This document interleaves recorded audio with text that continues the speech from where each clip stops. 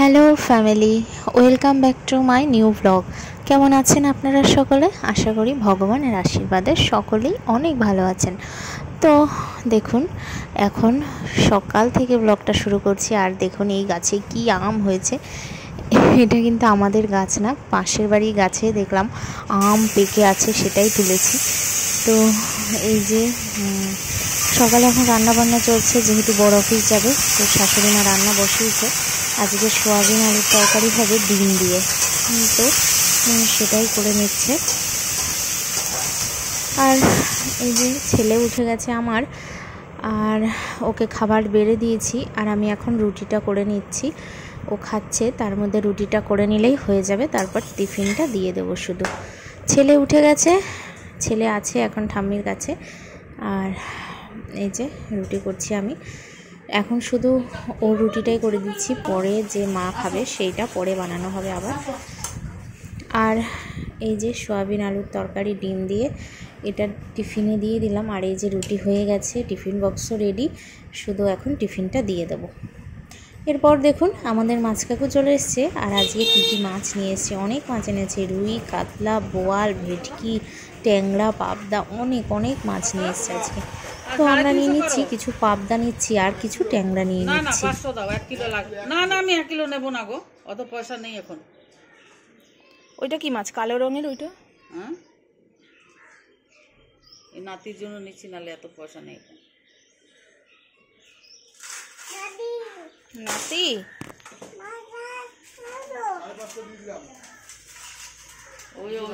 ভাই আটা মেখে রেখেছে, এগুলো নিয়ে কি করছিস? ঠাম্মি আসুক আজকে, দেখবি কিরম বকাটা তোকে দেয় আজকে। বাবা আনিস না, দে আটা দিয়ে দে, দিয়ে দে আটাটা দিয়ে দাও আমাকে, আটা দিয়ে দাও। না না মানে আটা দিয়ে দাও সোনার চাল।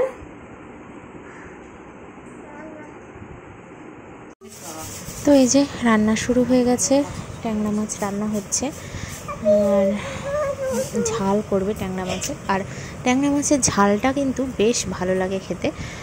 আর ছেলে যেহেতু ট্যাংরাটা খাবে না, তো ওর জন্য করা হবে পাবদা মাছ। আপনাদের বলেইছি আজকে দুরকম মাছ নেওয়া হয়েছে।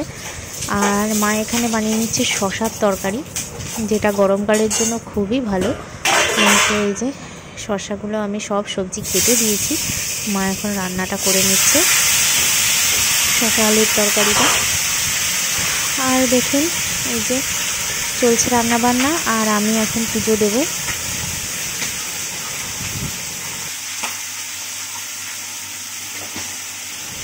আর এই যে আম কাটা হয়েছে, মিষ্টি আচার বানানো হবে, সেই জন্য সব আম কেটে নিয়েছে।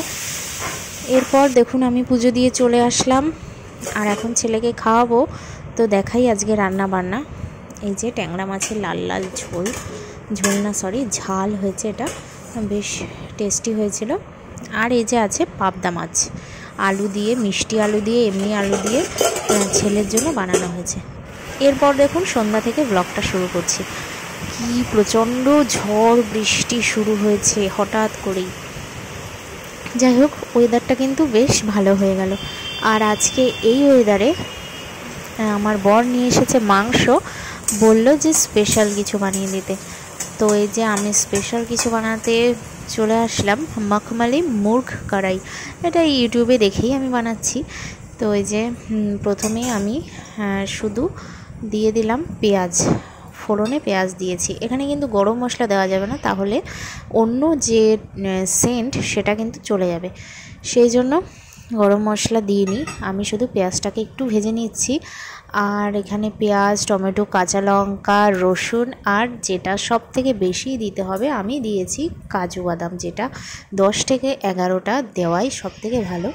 তো এই যে আমি পেস্ট করে নিয়ে চলে এসেছি। আর এখানে কিন্তু পেঁয়াজটা একটু ব্রাউন হয়ে এসছে। এরপর আমি চিকেনগুলো দিয়ে দিচ্ছি। আর হ্যাঁ, চিকেনটা কিন্তু লবণ হলুদ দিয়ে মাখিয়েছি, আমি কিন্তু চিকেনে আজকে দই দিইনি, শুধু লবণ হলুদ দিয়েই মাখানো। তো এটা কিছু নাড়িয়ে চাড়িয়ে নিলাম, কিছুক্ষণ তেলের মধ্যে একটু চিকেনটাকে ফ্রাই করে নিলাম। তারপরে দিয়ে দিলাম সব যা পেস্ট করেছিলাম, সব একবারে দিয়ে দিলাম। এরপর কষাতে হবে। তো আমি কিন্তু জল এক ফোঁটাও দিইনি, কিন্তু জল বেরিয়েছে। আমি সেইটা দিয়েই এখন ঢাকা দিয়ে রাখবো নাড়িয়ে চাড়িয়ে। যেহেতু লবণ আর হলুদ আমি মাংস ম্যারিনেট করার সময় দিয়েছিলাম, সেজন্য আর কিচ্ছু দিলাম না। আমি এখন ঢাকা দিয়ে রাখি, এটা আস্তে আস্তে সিদ্ধ হোক। তো রান্না করছি, দেখছি ছেলে কি কি করছে।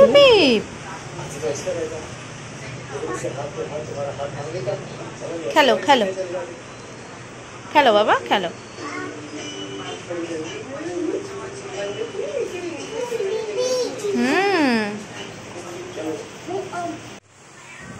এরপর আবারও চলে আসলাম আমি রান্নাঘরে। দেখুন কি পরিমাণ জল বেরিয়েছে।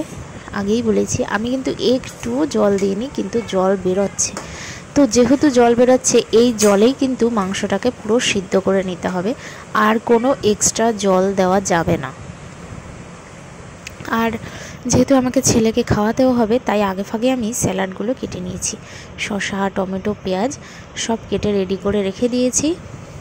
এরপর দেখুন জলটা কিন্তু অনেকটাই কষে এসেছে, আর তেলটাও কিন্তু ছেড়েছে। তো আমি এরপর দিয়ে দিলাম ধনেপাতা, আর এখানে কস্তুরি মেথিও দিতে হবে। কিন্তু আমাদের বাড়ির কেউ কস্তুরি মেথিটা একদমই পছন্দ করে না, গন্ধটা, আর আমারও ভালো লাগে না, সেই জন্য আমি দিইনি। আর দিয়ে দিলাম ওপর থেকে একটু লেবু। বাস রেডি। এই যে রেডি, একদম কষা কষা হবে, একটু জল দিয়ে আর কিন্তু সিদ্ধ করা হবে না। ওই যে জলটা বেরিয়েছে, শুধু ওই জলেই মাংস সিদ্ধ হয়ে গেছে, তেল ছেড়ে দিয়েছে, কষে গেছে। এই যে আমার রেডি হয়ে গেল। আর দেখুন এত বৃষ্টি হচ্ছে যে পুরো জল জমে গেছে। বৃষ্টি কিন্তু এখনও বন্ধ হয়নি, এখনও বৃষ্টি হয়ে যাচ্ছে।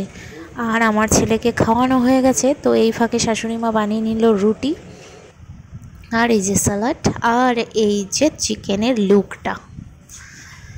খেতে কিন্তু দারুণ হয়েছিল, দেখেই বুঝতে পারছেন, কষা কষা একদম, রুটি দিয়ে জাস্ট জমে যাবে। তার উপর ওয়েদার হয়েছে খুবই ভালো। তো আর কি বলবো, এখন জমিয়ে খাওয়া দাওয়াই হবে। শুধু বেরোচ্ছে। আর এই পর্যন্ত এসেও যারা আমার ভিডিওটা পুরো দেখেছেন তাদেরকে অসংখ্য ধন্যবাদ। আর নতুনরা অবশ্যই সাবস্ক্রাইব করে দেবেন, একটা লাইক করে দিয়ে যাবেন।